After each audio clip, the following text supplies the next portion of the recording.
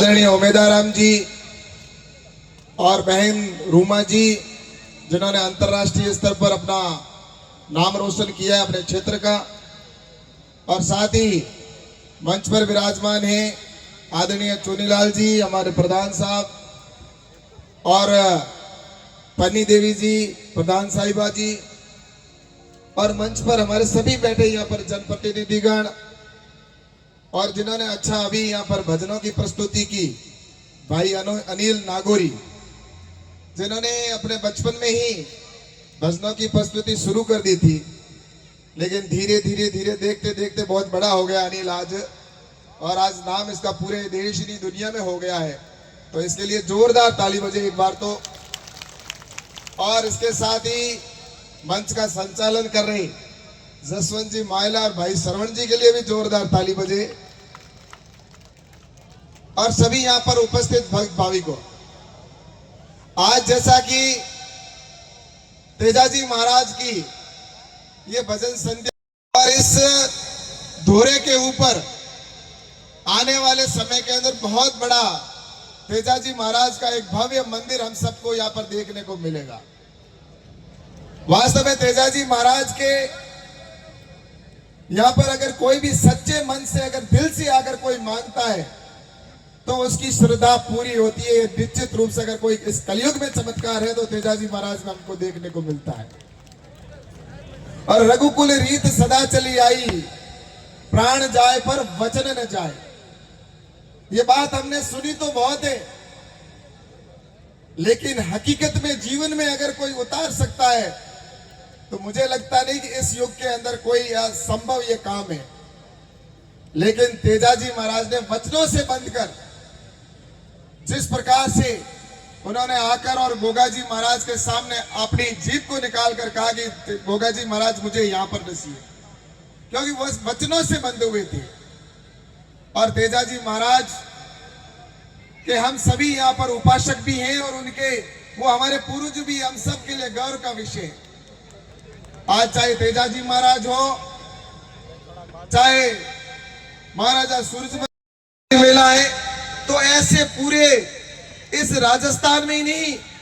पूरे देश में ही नहीं, आज पूरे दुनिया के अंदर भी तेजाजी महाराज का जिस तरह से मंदिर बनाकर और वहां पर श्रद्धा से वहां पर जाकर और श्रद्धालु जाते हैं, ये एक श्रद्धा का ही कारण है कि हम सनातन में विश्वास रखते हैं। और सनातन वास्तव में अगर हम देखने जाएं तो उस धर्म के अंदर ये सबसे पुराना धर्म है। ये सनातन धर्म सबसे पुराना धर्म है। अब यहाँ पर तेजाजी महाराज के अगर कोई सच्चे मन से अगर किसी ने श्रद्धेश कर लिया और सांप ने भी अगर काट लिया, तो उनकी ताती बांधने मात्र से हमारे आज हम देखते हैं ये मिसाइलें आती हैं, या मिसाइल कहीं पर जिस स्थान पे जाना था उसी जगह पर गिरती है, या हम आज हवाई जहाज देखते हैं उड़ती हुई।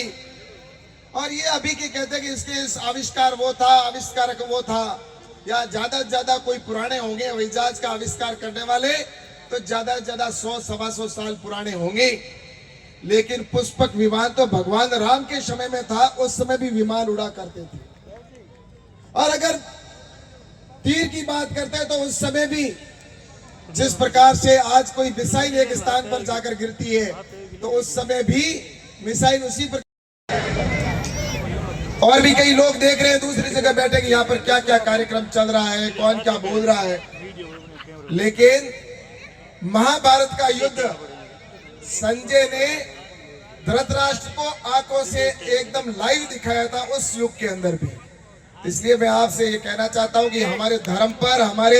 हिंदू धर्म पर और हमारे सनातन धर्म पर हम सबको गर्व करना चाहिए। ये मैं आप सबसे कहना चाहूंगा। तो मैं आप सबसे ये आग्रह करता हूं कि हम सनातन में सब विश्वास रखने वाले यहाँ पर सभी आए हैं। और निश्चित रूप से आज मैं आप सबसे ये भी कहना चाहता हूँ कि आपने मुझे जिस प्रकार से यहाँ से पिछली बार जीता कर भेजा था, तो ये भगवान का आशीर्वाद ही होता है निश्चित रूप से। और उसी के अनुरूप मैं आपसे कहूंगा कि जब यहाँ पर बाड़मेर के अंदर आवश्यकता आई बाजरा अनुसंधान की, जो हेमाराम जी हमेशा कहते हैं, आज बाजरा अनुसंधान का जो बहुत बड़ा काम हमारे यहाँ पर हुआ है गुड़ा मालानी के अंदर, और मैं आज आपसे कहना चाहूंगा, यह अनुसंधान आने वाले समय के अंदर हमारे किसानों के लिए एक वरदानकारी साबित होगा, क्योंकि पहले हैदराबाद के अंदर वहां पर होता था और अब वही अनुसंधान, इसका रिसर्च बाजरे के ऊपर नई नई वेराइटियां निकलेगी और वो हमारे साइंटिस्ट यहाँ पर निकाल के हमें वापस देंगे, तो उससे हमारे किसानों को बहुत बड़ा लाभ होगा। और मैं एक आज और आपको कहना चाहूंगा, मैं अभी गया था दिल्ली और जाकर मंत्री जी से मैंने वहां पे भी बात की कि हमारे यहाँ पर सबसे ज्यादा जीरा भी होता है,